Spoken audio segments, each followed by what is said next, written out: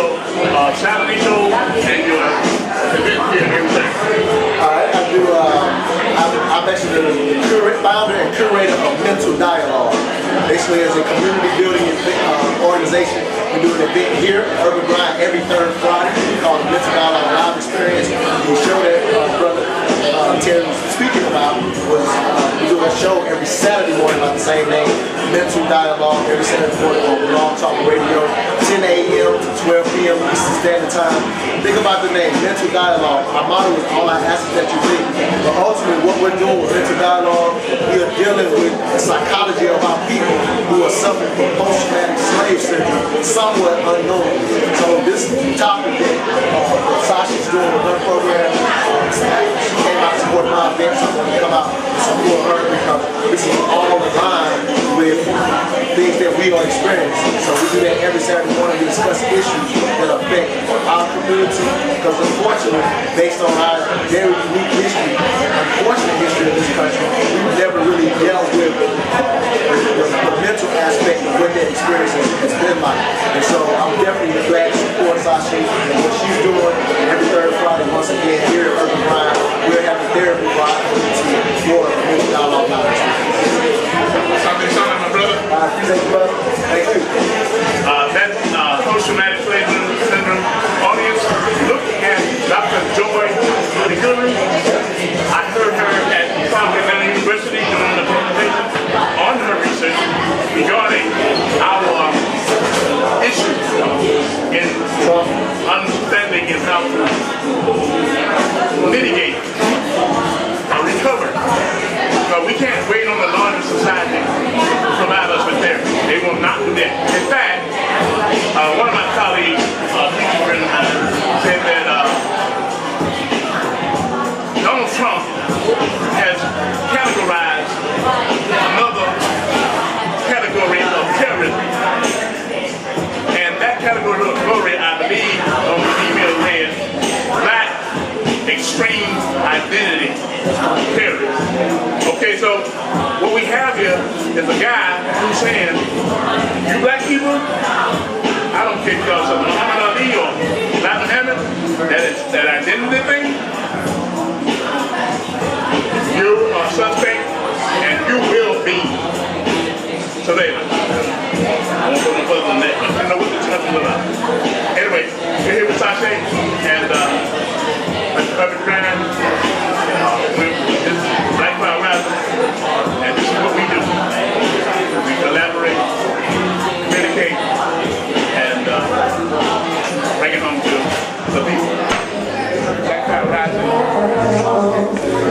TV, we are here at Urban Grind with Sasha. That's Benin, Nigerian, so, you know, we've been disconnected now for a couple of hundred years. So, Sasha, would you tell us about the event and your background and why are you doing this? Well, we are here at Urban Grind, talking about social area and this week is mental illness awareness. So we are making up our mission for awareness. Next step is depression and suicide. Our relationship shine. It's telling your business just depression and suicide. Our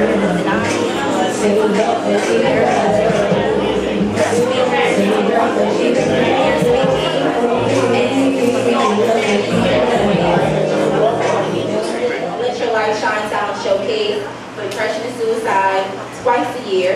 We do it in May for mental health awareness, and then we do it again, as you know, we're all together for Mental Illness Awareness Week.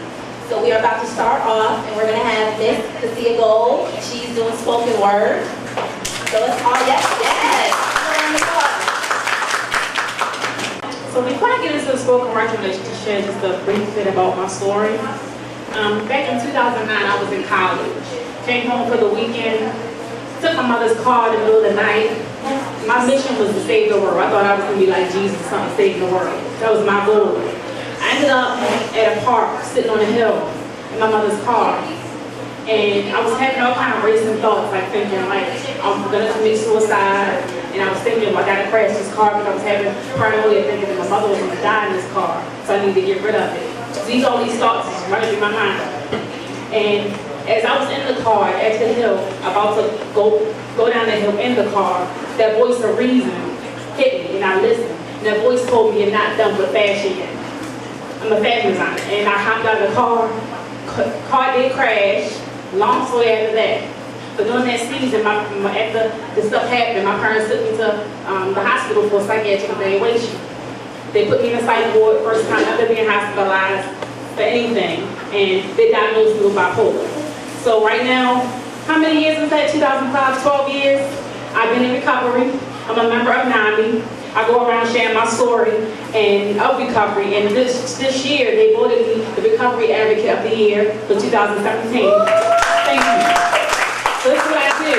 I go around sharing my story and fighting the stigma and letting people know you can still be successful with a mental illness.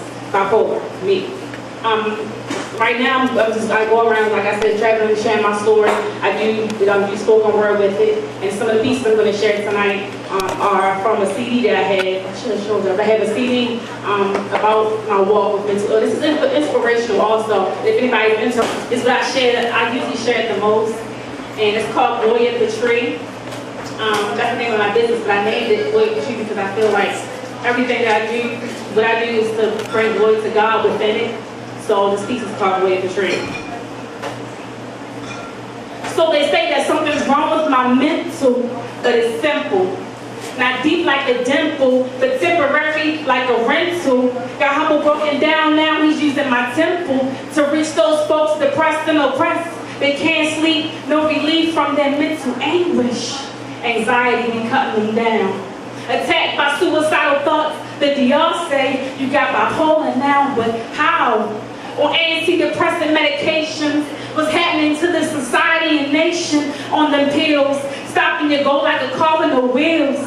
Being healed is the mission, no medication is the vision. It's time to make a decision with precision. God, I know that you're listening. You said that you would bless me while in my affliction. You said that you would bless me while in my affliction. I see you refining me, so now I glisten. No diamond can match my shine. I'm glowing, cause the enemy is lifting. Filled with the Holy Ghost, reflecting the light, transparent like a prism. No longer in Satan's prison, free from sin, no more detention. And let me mention that I've got more muscle, stronger with inner peace. Believe to tell my story to bring God glory. Thank you. So if anybody's interested, CashAGold.com. It's CASSIAGOLD gold.com. Everything is there. If anybody needs information from me, I got it. Thank you. Where's she going? Sashay? Oh, where's she going? Oh, thank you for inviting me. All right. Woo! Look at that wonderful. We will take some more performers after we do our open discussion. So just let me know. Also, if you know anybody who's coming that wants to perform, please let me know as well.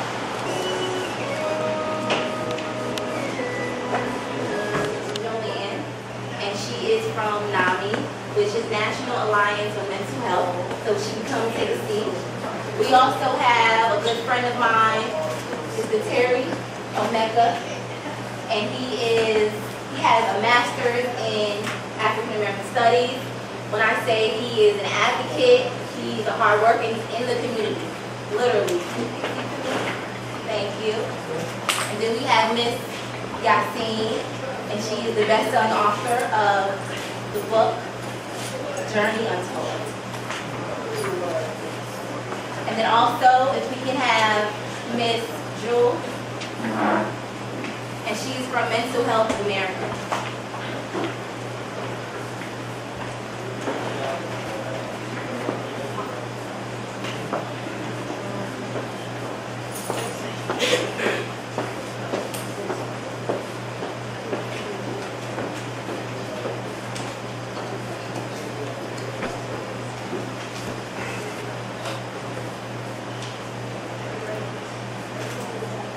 Start with the questions that I was given. The first question is actually not for the speakers.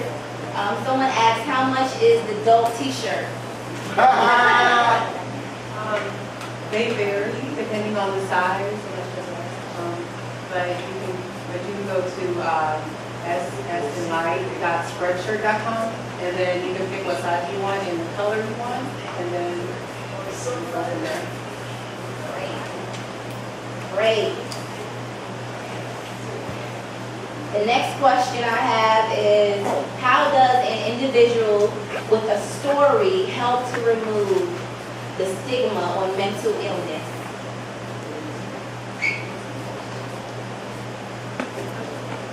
The question is, how does an individual with a story help to remove stigma on mental illness? Hi everyone, good afternoon. Thank you everyone for coming out, especially in this weather, glad everybody made it safe.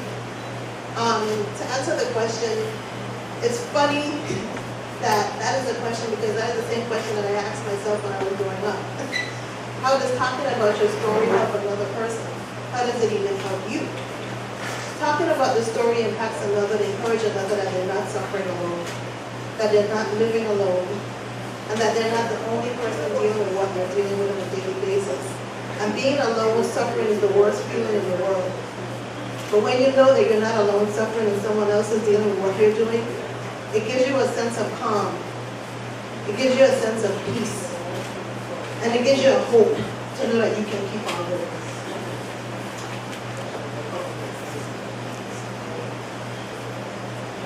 Greetings. Growing up in South Georgia in the Church of God in Christ, we did what we call testify. And, you know, sometimes bearing your spirit and soul before a congregation of like-minded people helps in terms of sharing. Just wanted to add that. Although testifying is a personal choice, but the church and our community has been able to utilize that as a form of remedy and therapy.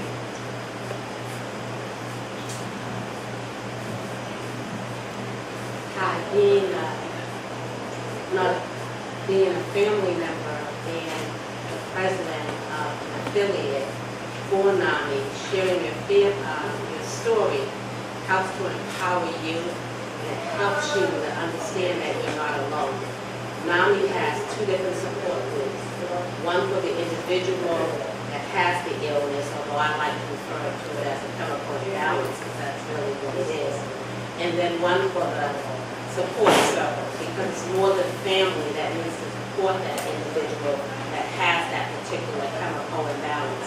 So it can be a friend, it could be a coworker, it could be a teacher that wants to find out more information on mental. So just empowerment and knowing that you're not alone, or when you're telling your story, knowing that you have other individuals that are walking that same walk with you, and they're going to be able to support you because the walk is going to be like walking on a broken street. Sometimes you're going to be able to walk it smoothly, sometimes you're going to hit the crack and you may stumble.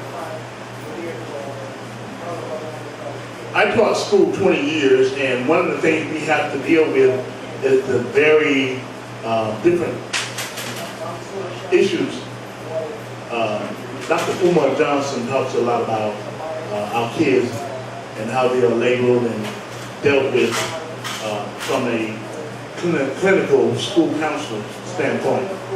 In terms of as a professional educator, we have to do what we call IPDs, instructional, independent, personal plans.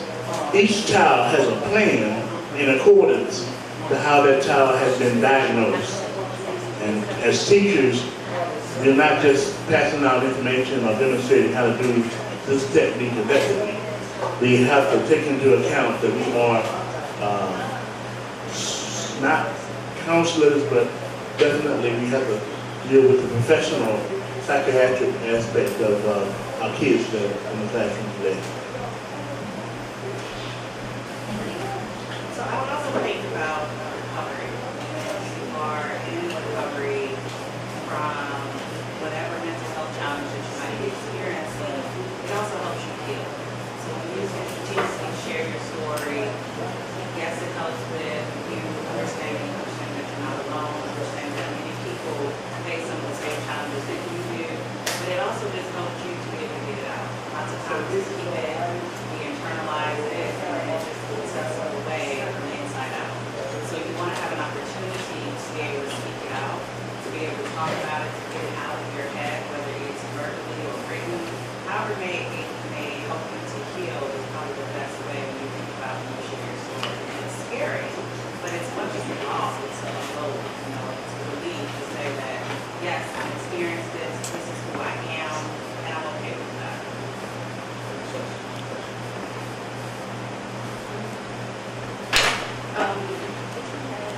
One more question, then we'll go on discussion. I just thought it might be some clarification on the question. Just like some clarification on the question. Well, no, just the question itself. Like, Oh, your question. no, it's not my question. I'm just saying, I don't know if they answered what I heard in this question. And this person is in fear of the stigma that's associated with it. No, it didn't say fear. It actually just said, how does an individual with a story help to remove the stigma? Can I inject? It's no shame in my game. It's my question. Okay. All right. So what I want to know is, how can, with my story, how can I be a catalyst in the community or in any venue where there's a surmountable amount of shame of mental illness? How can I be a catalyst for that change that needs to occur? You said it yourself by sharing your story. Okay, and I guess I'm asking in what venue, I want Where to share your story? Yeah, I guess. You have a story and you want to share it, and you want to know where to share your story? Yes. Okay. So, anyway, honestly, in a coffee shop, in the Kroger, I work at the Capitol with legislators, and we have an opportunity and have people come out to share their stories with them as well too. But I think it really is important to identify what is your goal. Are you trying to share your story for yourself, for someone else, or to try to get people to do some type of change, to change the way they're looking at mental health, to change the way they're looking at mental illnesses and those who are afflicted by those mental illnesses. So I think it starts there, where exactly, or what exactly you want to accomplish by sharing your story, and then that will help you to identify what venue you want to share your story. But just feel free, wherever you are, share it. And amongst your peers and those you're not comfortable with, just feel open to share your story, no matter where it is. If it's in the middle and y'all just standing in line, share your story. I'm going to answer your question from a personal point of view. I lived with the silence of my story for 33 years. I never said one word about my story. 4 therapists later, and I still never told my story because of the shame. And because of the impact that it had on my life, I was afraid to speak out about my story. I didn't want to be judged anymore in America. I wanted to have a clean slate because I'm from the Virgin Islands. And that's where my story resided. I broke my silence on social media and Facebook because once I got on Facebook, my community also found me on Facebook, the same community that judged me. So then I had the invisible questions in the inbox asking me, whatever happened to you? Because I too was supposed to go crazy in their minds. Because that's all they knew of me growing up in my childhood. After many, many inboxes in private and many whispers behind my back, I decided to finally speak out on social media and ask them, what is it that you want to know? Feel free to ask me today. I will answer you with no judgment, no attitude, nothing. And that started my story. And I realized that how many people were actually uneducated and unaware of mental illness. And I decided to let my community and others know what my true story is. And from that has led to thousands and thousands of people that my story has impacted. On social media, Instagram, Twitter, I speak to the schools, I donate to the different charities around with mental illness. I'm involved with NAMI.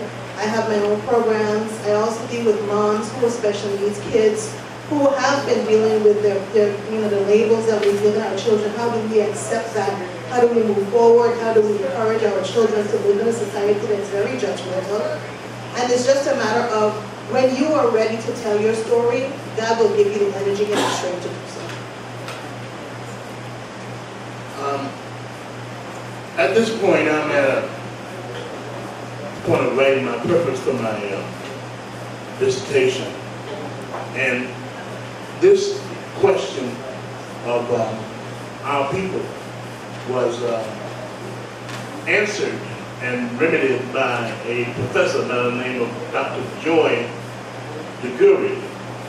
And what Dr. DeGury's research, and you need to really look into it, is called post-traumatic slave syndrome. We know veterans have it.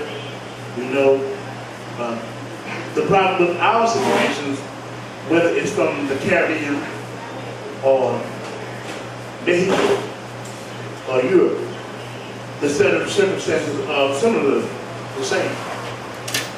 And we've never had therapy as a group.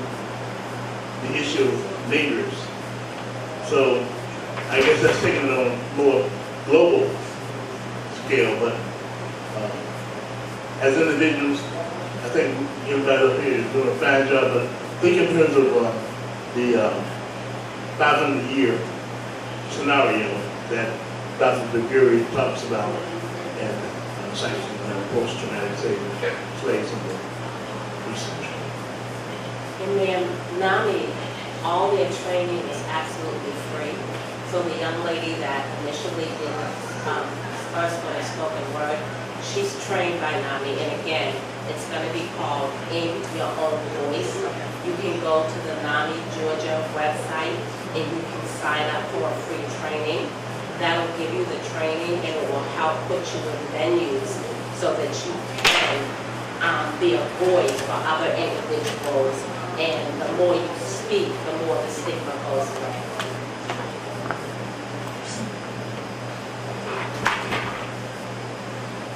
I do have one question that is written down. Does anyone have a question that they do not want to share openly and want to write it down? Because I can come and take that before I read this last question. Okay, so everyone's open. Okay. So this last question I have is, are yearly mental health checkups, okay, I can't read here. Okay, checkups covered by insurance?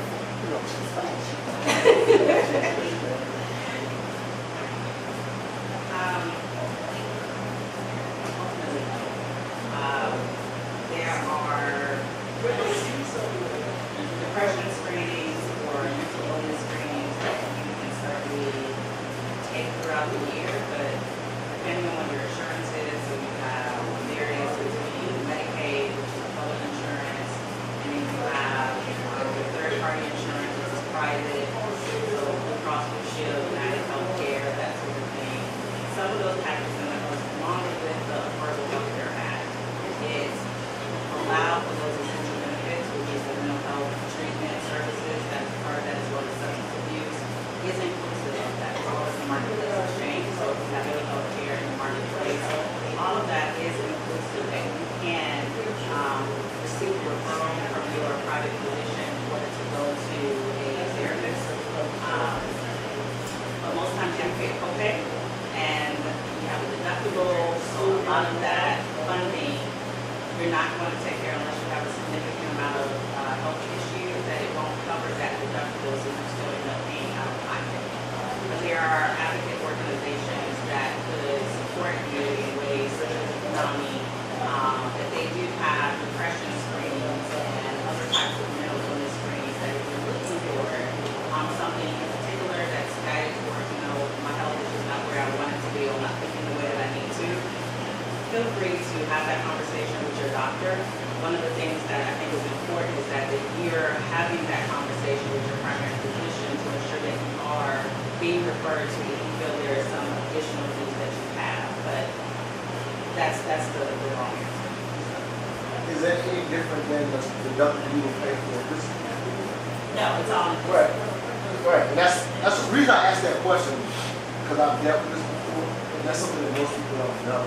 right. So, like, even in the way, I'm just throwing this out real quickly, in the sense that it's the same deductible you will pay if you went to a physical. So that's just the awareness of that. It's something that most people have no idea. So I'm just saying that even in the when you say it's not, it sounds like it's not covered, and it is covered the same as your physical. Does that make sense to us? Unless I'm wrong, unless I'm. This is where. Okay, that's part of it. People don't even know about that. That's why I tell people won't get help, because they don't know that it's the same. So I just want to throw that out, but I know you're right. No, it isn't. So that, Okay, that's part what of the Affordable Health Care Act, we passed by the Obama administration, allow for those essential benefits. If you've heard in the news at any given point about essential benefits and they're fighting to repeal and replace throughout Georgia, this is what they're fighting. They're fighting that they will maintain those essential benefits in your insurance. And that is included when you go, if you go to a regular doctor or if you go to a therapist. The problem that most people are facing though, and this is where they talk about some of the barriers with the Affordable Health Care Act, is that you do have to pay those high deductibles before you're able to see a therapist. But that does not mean that there are not therapists that are on sliding scales, that there are not other people that you can actually go to receive some support and services. They also have free clinics throughout Georgia, and some of those resources are available. And with the needing of those information, please feel free to contact me. I can let you know where to go. One last question about what you just said. That high deductible that you speak of, is that different than a physical? No. Okay, because that's what I'm trying to get clear here, just so people know about it. If it's no different than a physical thing, a lot of people who go, they have no idea that it's the same as a physical thing. So I'm just trying to get clear. I'm asking a question so that people can hear that it's no different than going to a physical thing. Most people don't know that. So if it sounds like it's different, people will say, well, I was about to pay for it. No, it's the same as going to a physical thing. I'm just throwing it out. That even, I just want that very, very clear. It just sounds like it's different when you're saying, oh, you have to pay that high deductible. It's no different than physical. No, if you're going That's right. So the answer is yes. regular physical, Right. So you still have to pay a high deductible. right. So it's the answer is yes. It's covered. Okay, that's cool. I'm sorry. I don't even No, that's what you want to have out there, and that's the information that you want people to know and to understand what the differences are. I was just trying to tell you some of the areas that. You're right, but it's the same. So it's kind of the same thing. So from my experience, the Center for Black Women's Wellness, they offer free mental health care. And this is where I send a lot of my clients that want to get care and don't have insurance or don't know that they have free care. Also, the Department of Mental Health, they offer free mental health care, free mental health screening. And on a personal level, I was actually surprised. I actually live in Beaufort, which is in Warren County. And I scheduled my annual physical, and I did not have regular private insurance. I opted out of the insurance. And I went in for my own physical, and to my surprise, along with that physical in that doctor's office, they asked me, do I need to speak to a therapist today? And I asked, is that included? And they said, yes. I said, hallelujah, yes. I'm going to take that, advantage of that. I didn't feel like I needed it, but I wanted to see what was being offered so that I could then refer someone if the opportunity came over someone else.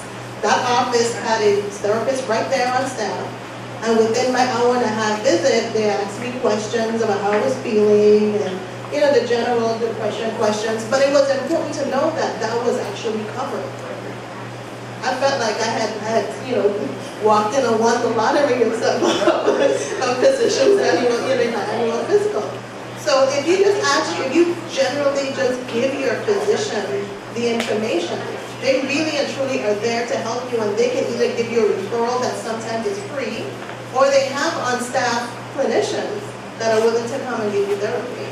Also nonprofit. There's a lot of nonprofit agencies that are here in Georgia. If you just Google mental health care in Georgia, all these nonprofits that are offering free services in different counties, you can go in. It's just a matter of letting people know what the information is.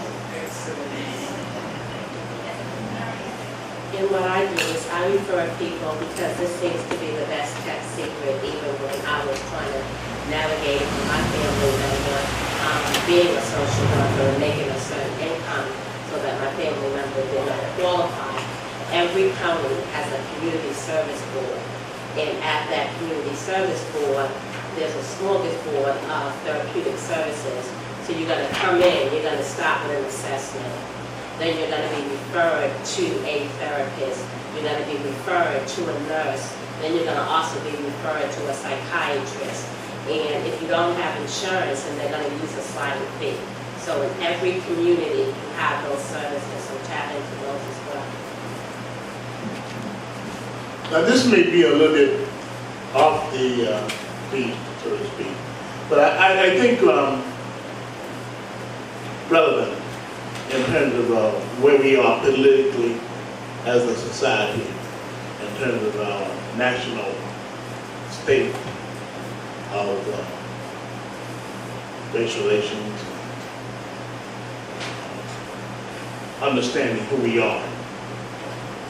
We as a society have been socialized to think that one part of us is superior while the other is inferior. In 1992, that process I felt was being addressed when we began to think in terms of diversity and addressing the age-old problem of the inhumanity that has been wrought upon enslaved Yoruba, Fulani, and the Akan people. So this is it's on an institute that has been going on for 23 years. Florida has had a mandate to teach Black history, along with Holocaust and others. On the 27th of October, as many of you asked me, what do I do? As Sashi introduced me, I'm involved in about half a dozen different organizations, as well as being a doctoral student. We plan to reintroduce Black history and diversity from a African origin of civilization paradigm, along with Native American, Jewish, Holocaust, women, as well as Latino narratives, other, let's just say pedagogies of the oppressed, rather than the narrative of the dominant mainstream story that's been put out in social studies and history. So, as a nation, when we look at our current leadership, Mr. Trump, he just qualified that. I think the brother, he said a category of terrorism that he would label extreme Black identity. But is that it, my brother? My brother? Black extremist identity. Black extremist identity. I guess that would be me. And a lot of other folks. But I think he's going to have to qualify that. So as a nation, I think we need to look at where we are and where we're going. It hasn't been 12 months yet, and we have seen a lot.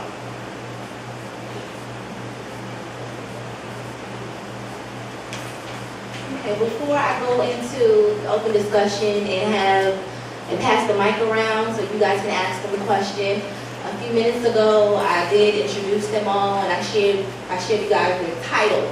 I would like to pass the mic and have them briefly share their story. If they are a survivor of depression or anxiety disorder like myself, or suicide, whatever it may be, or if they have a loved one, if you all can just share it onto why did you decide to be a part of this type of platform and stop the negative stigma and spread the awareness. So just share your story briefly and then we'll go into open discussion. So again, my name is Julie Gooding. I am originally from Chicago, born and raised. I moved to Georgia about 10 years ago with my family. But probably as a child, I've always dealt with depression and anxiety. Around the age of about 15, I attempted suicide just because of discord within my family household. I was never hospitalized. I never even made it in my family to even recognize. When I did disclose that I attempted, I was told I was stupid. So from there, it was at that point that I knew I needed to hide, and I needed to always maintain a strong face and to be whoever it is that everybody else wanted me to be. But I did want it to understand it. I wanted to understand it from a family perspective. I am pretty sure I can diagnose just about everybody in my family. But, you know, again, that speaks to the genetic piece of it. I probably have always I practiced as a therapist for several years before I experienced compassion fatigue, which is secondary post-traumatic stress. And that's just from hearing the stories of other people and practicing therapy and counseling, it became traumatic for myself. And it started to impact my family. So I stopped practicing and I let go of my license, and I felt that going through policy was probably a better way to support for individuals that I was looking for, that I felt that was greater need. So I worked in therapy, but I started doing policy at the Department of Behavioral Health and Developmental Disabilities. And I just recently moved over into this role. I am the Executive Director of Mental Health America, Georgia, because I felt it was even stronger to tell my story, to advocate, particularly for people of color, because of the stigma that we are faced with and the constant pray about it, and when you don't pray about it, then it's your faith that is compromised versus your mental health. So I tell my story because I think it is important for people to recognize how important your mental health is, and that it's not separate from the body. It's all connected within one. And whether you have a heart attack or you have a mental health crisis, you would want to go and see a doctor. You want to receive the help that you need, and it has nothing to do with whether you love God or you do not. But it's important to recognize that God made surgeons just like He made psychiatrists, just like He made counselors. And if you have an opportunity to sit down and talk with someone, and I'm not saying that therapy is the only option that you have peer support, you have friends, as long as you have that social connectedness that can keep you going and to help you push aside any suicidal ideations, to help push away those isolating moments where you don't want to come out of your house, you don't want to get out of your bed. So I share my story, not only to help myself, but also to heal my family. My son he was kicked out of pre-K when he was 4 and was told that he was the worst kid ever. So told me I was the worst kid, so that made me an even stronger advocate for those. He manages ADHD on a daily basis. I also have another son who has extreme social anxiety, and we work within those realms. And it's nothing that we are ashamed about. It's something that we speak freely about, and I encourage others to speak as well. I think she deserves a round of applause.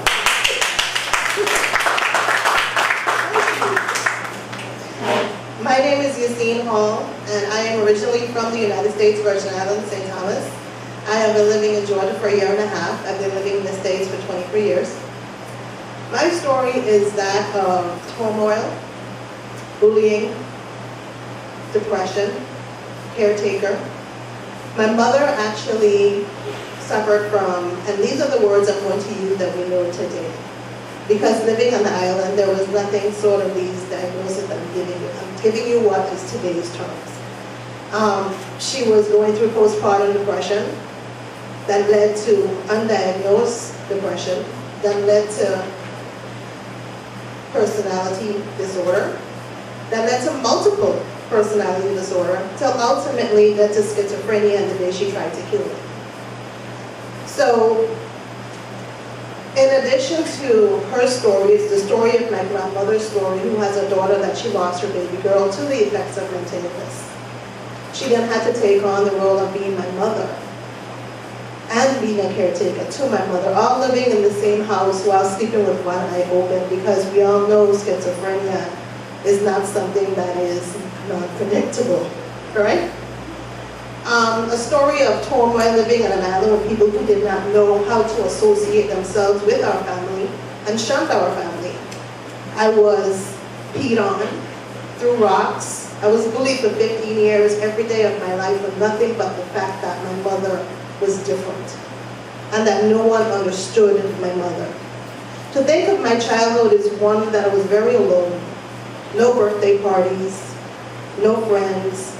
I loved learning but hated going to school because I knew every day I would be nothing but tormented by my children. Could you take a moment to just imagine my life as a child and how deep that must have been for me, and how deep that must have been for my grandmother. When my mother had her nervous breakdown, I was about 12 years old. And I was running down the street while my mother was running behind me screaming, "Hold that child." Imagine that, not even my name. She said, "Hold that child, because I am going to kill her." And I remember thinking to myself, what on earth did I do to cause this? What did I do but be born? And the system, how it is then, 2 days later, that same mother that tried to kill me was lying next to me in the bed going to sleep. And for the next 4 years of my life, that is what my life was, unpredictable. I never knew day to day, am I going to live today? Am I going to wake up with my mother's arms around my neck, choking me to death? My mother going to beat me unconditionally? What was going to happen to me today? And watching my mother go through and myself deal with what I had to deal with, that was just the beginning of the things that were just what I called in my award-winning that I just won on September 1st. I actually won a Excellence of Writing in Youth Nonfiction. I'm going to collect my award in Miami. That was a very huge honor. I'm still blushing over it. I'm still humbled by it because I know that this life hasn't been easy, and it still isn't easy. I'm a mother of 4 children, and I say that God put me through the essence of my mother because I had to go on this journey with not just one child, not 2 children, 3 or 4. All 4 of my children are on the spectrum. All 4. So while I dodged the bullet, I didn't. My oldest son is living with undiagnosed bipolar. My second son overcoming depression. My third son is autistic. And my fourth child, which is my daughter, she's also living with autism. But I'm grateful and I'm blessed that it's me that God put as their mother, because although they have those titles, my children are successfully, productively living in this world today with everyone else accepting them for who they are. To me, that was my purpose, and that is my journey.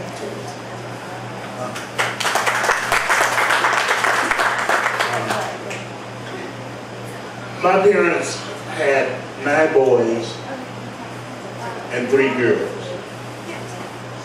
12. I'm number 9. I watched them struggle in Wilcox County and Chris County, picking cotton. You know, those of us who know, before you pick cotton, you got to chop the cotton. So your hands, those who know what chopping cotton means. Not many. But anyway, that was the situation many of us in South Georgia found ourselves in. And through no fault of our own, the tenant fauna sharecropper kind of situation and the migrant situation. Again, you would have a landlord who may not put running water in your house and no indoor toilets, outhouse. I don't know what an outhouse is. Heard of an outhouse? That sort of thing. That very impoverished situation through no fault of our own. Just the system, the landlord system in America. So my parents, my mother, she had a breakdown, and I experienced that. And I didn't know where it was coming from. So as a freshman, I remember in 1976, my oldest brother got shot, and I didn't handle that well. And I ended up leaving school and decided to, well, just didn't handle it well. Whether it was depression or not, I'm not sure. But I did return, and I think when I left, I had a 1.8 average. But having a loving mother and father, and the conditions, poverty, I knew my band teacher, Mr. Bourne, said, you know, Thomas, you use your left brain as well as your right brain. You can write and you can draw. Not many people can do that. So, go to college and you do well. So, I ended up from 1.8 to graduating with honors and having a career in Palm Beach County, Florida, 20 years, the 11th largest district in the United States of America. And as head of the Black Teachers Caucus, we pushed the Black History Bill. And success breeds success. So my students would ask me, Mr. Tony, I want to be like you. I said, no, they're the artists, you know, when you tell the kid, you don't want to be like me. He said, no, son, I want to be like you because you talk to white people like you're smarter than them. I said, well, son, if your art is better than their art, then you are. That type of bravado, attitude adjustment go a long way with a 15 or 13-year-old. So nowadays, I see some of them on Facebook, and the child that the mother brought to me and said, you know, I heard you were very strong in Black history. His mother was white, and the kid was mulatto. She said, take him under your wings. That same kid now is a university professor in media arts in the Wisconsin University system. And what I did to him, I just said, look, Jamal, take this camera. You are a photojournalist. This table is your draft table. You are a cartoonist. We need more black men in school teaching these young men and women because what they see on these videos and rap, they aspire to read. I was teaching journalism and they would say, we can't write. I said, what do you mean you can't write? You wrote on tables, you wrote on walls. Everybody take this word down, hieroglyphics, and come back with a one-page essay, and we're going to talk about writing and the origins of writing and what it is to you. So history and omissions of the truth and the obfuscation, much has been obfuscated, made mysterious. I just learned the Sphinx is 40,000 years old, and it took 60,000 to get to that point. So we're talking about 100,000 years of African comedic development. Now that sort of like blows everything out of the water that I've heard about the Greco-Roman narrative. But I asked a lady, Miss Swanson, Mama Swanson, her name is Anna Swanson, who was the secretary assistant to John Henry Clark. John Henry Clark is the dean of Black American education. She came up to me afterwards and said, I want to talk to you about her nose. Her nose of the Sphinx. And I'm thinking, her nose. I never thought about her nose.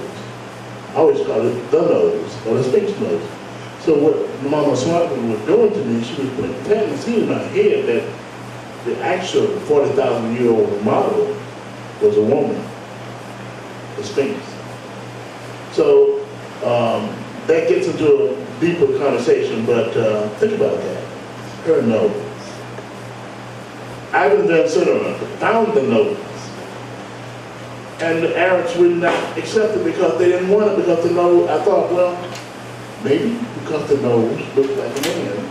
But then again, they would be more resistant to a female or a woman nose. So history, the narratives, we have 5 states as a society, Florida, Arkansas, Colorado, Michigan, Illinois, all have Black history and diversity mandate. We're going to have it in Georgia on October 27th. Come to the Dome. I believe we're taking it to the max. That's the Georgia Capitol. If you're not busy, from 2 to 5, we will have the representatives and the people. Because as Trump says, anything goes.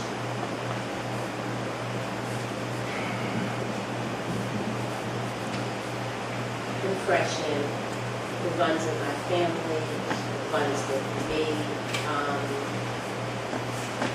And I experienced it, it was kind of like the days. My father passed away, and it really knocked me for a limb.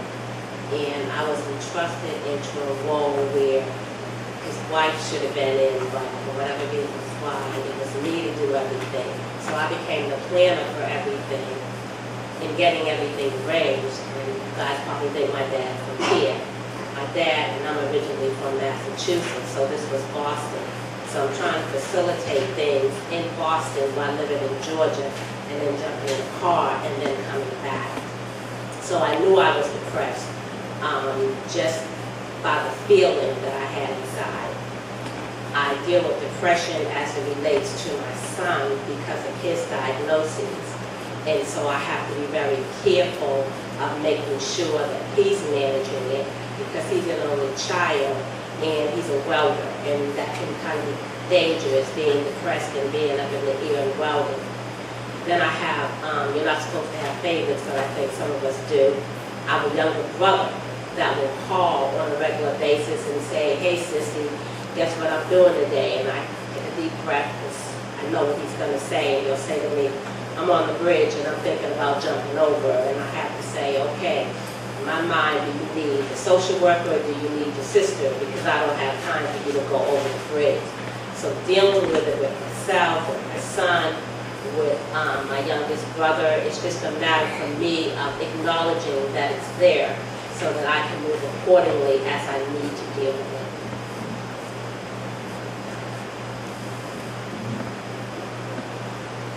Wow, wow. I do want to say thank you. Thank you for sharing your story, and thank you to you. When I say these ladies and gentlemen, they do not look like what they have been through. And the reason I say that is because one of my favorite therapists, Dr. Terry Williams, she stated in one of her books that Black people have an issue being honest or transparent when coming to a three-word question. The three-word question is, how are you? And I say that because, again, looking at them, you wouldn't know. Sometimes we need to take the time and just ask, how are you? And actually mean it, sincerely mean it. You know, as if they were asking you that question. And you never know what their response may be. Because at the end of the day, we all feel energy. So if you're honest, when I say you're honest and you're sincere, you really care, you want to know, how are you? And they respond and say, you know what, I'm not doing well. That may just help you out and lift you up, because you may not be doing well either. And y'all can either help each other, or you know what, she may tell you or he may tell you what he or she's going through, and you probably dealt with that, and you can actually help. Just honestly, mean it. That's it, just mean it. And again, I thank you. And I do want to pass around the mic, because I know some people have some questions, and I know some people are open and they don't want to write it down. So who would like to mic first?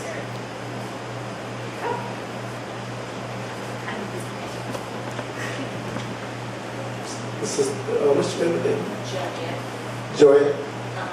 I know you were talking about your younger brother, the situation where the call, what it could be.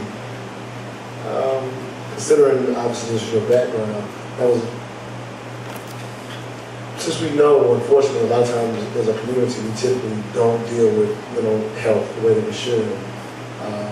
What we would typically do is when people are going through it, there may be need for a professional, but since we don't have to get professional help ourselves, then we just try to kind of get our family through it ourselves, and sometimes people lose members because they don't know.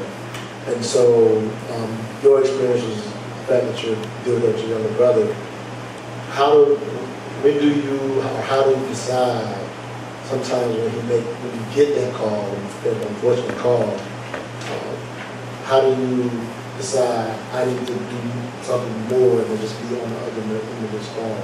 And because I've had a couple of experiences with friends where because of what I learned, I knew I needed to move it away from me trying to just help my friend through it. It had to go beyond me. A lot of times we make that mistake where we just think we can get our friend through it,